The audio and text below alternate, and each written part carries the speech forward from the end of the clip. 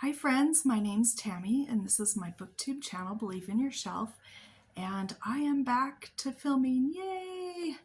I go into the orthopedic surgeon again Tuesday, which will be the day after you're watching this, and if my bone in my ankle has not shifted, then they won't have to put a plate or a screw in, won't have to do surgery. So I'm super excited about that. I'll just have another 4 weeks in the walking boot and on the crutches. And the bone on the side of my knee is healing up fine on its own. So I do appreciate all the well wishes and prayers and kind thoughts that you gave me over this past week and a half. And I'm beginning to start to feel a little better now. So I thought I'd do a video. Actually, I filmed a video 2 days ago with my daughter Katie, and that video isn't going to go up until March, but this is the first time you'll see me back in a couple of weeks. So I'm excited to be here, but I've got my weekly reads and wrap up here for you. And this is what my bingo card looked like at the end of last week. Now, I didn't do a video showing my bingo card last week, but I did do a post, and it's there on my channel. If you want to look and click on the picture, you'll be able to see all the books that I read and where I put them on the bingo card. But that's where I'm at right now. And I was told I had a bingo here, and I didn't even realize that.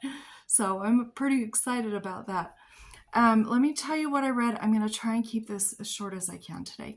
I buddy read this with Stormi over at Storm Reads, Tasmanian Tangle by Jane Corrie. And this is a Harlequin from, let me tell you what year, 1979. And I hated this book. I ended up giving it 1 star. I started reading it, and these two were just bickering and bickering and bickering. And I just didn't want to keep reading it because they were driving me crazy. And Stormi has been doing her daily vlogs, and as she's been reading it, she got to the point just past where I quit, and it started to pick up a little bit, and they kind of stopped bickering. They were doing some different things. And so I got FOMO. I was worried that this might turn out good and I would miss out on it. So I picked it back up and continued reading, and I did not like it. Towards the end of the book, these two were so hateful. I mean, not just mean, but hateful to each other through the whole book. And then at the end, the ending was completely unbelievable, because I mean, these two would have never, ever, ever gotten together in real life. But I did not like this one. And so where I'm going to put that is, I have a spot here that says Downer. And I'm going to put it on Downer because I was really hoping to enjoy it. And, you know, I've been reading some Harlequins lately, and it's funny. I either really love them, like last week I read Under the Stars of Paris by Mary Burchell, and that was so sweet. That was such a beautiful book.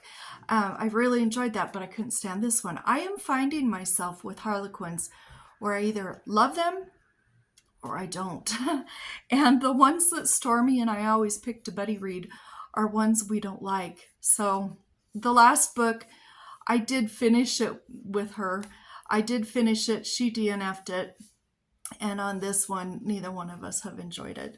But anyway, so I've got it right there on my bingo board. But I did read another one. I had to do some light, easy reading this week because I just wasn't able to concentrate too much on serious books. But I read There Came a Tyrant by Hampton, and this one is from 1972. And this was a fun book.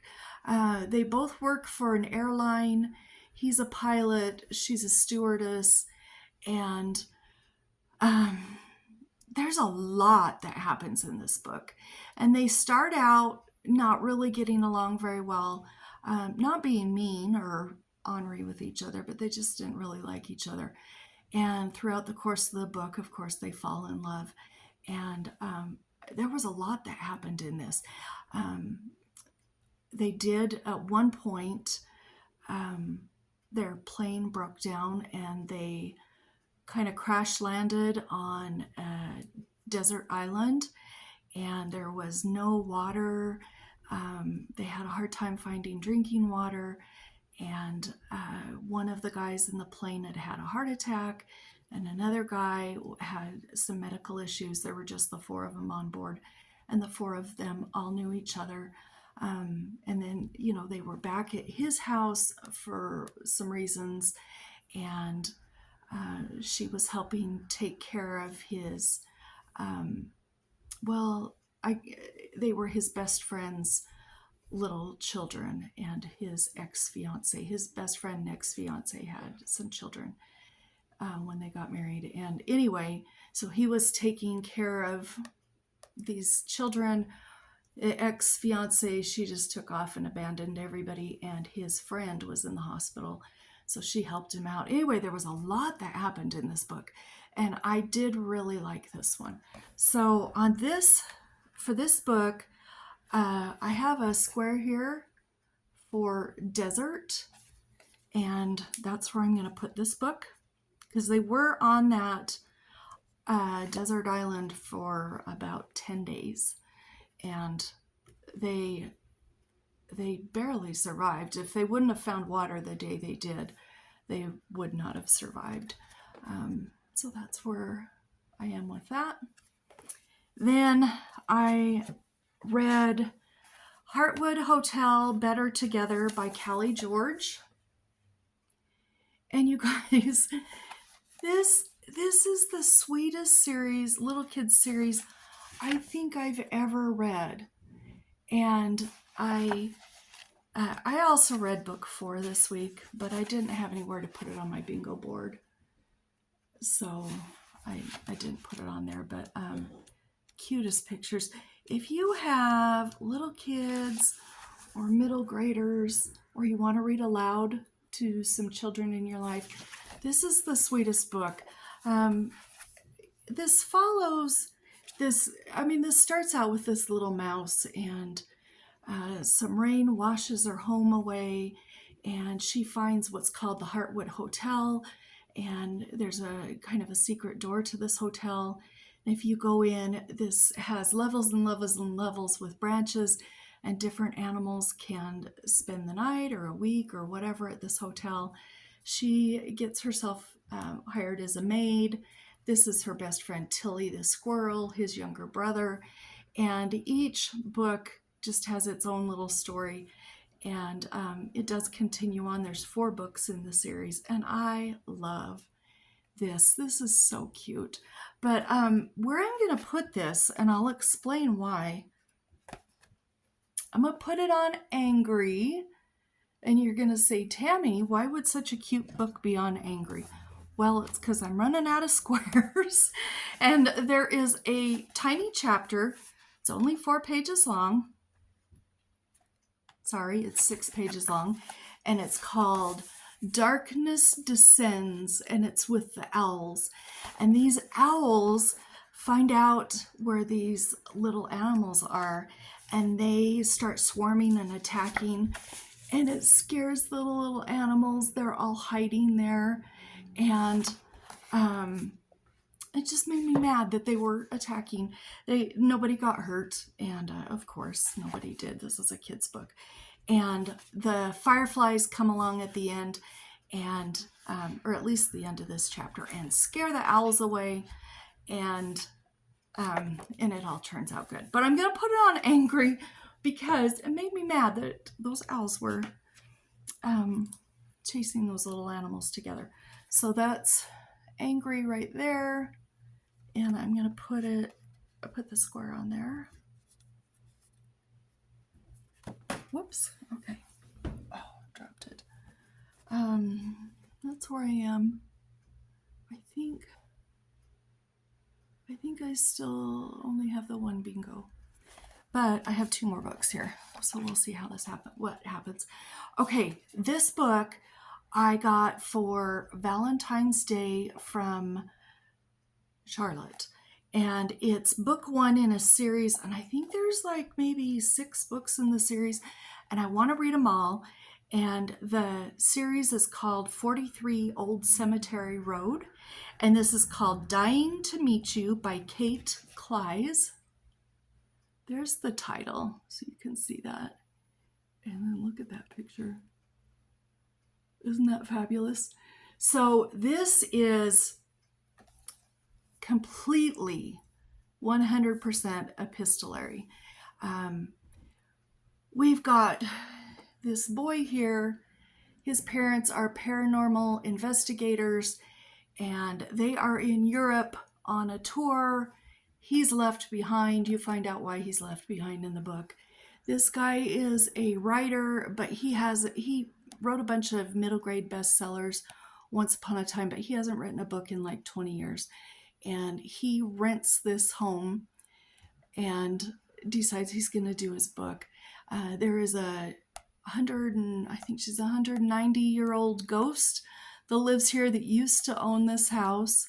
And there's his lawyer and there's the real estate lady. And this is the funniest book.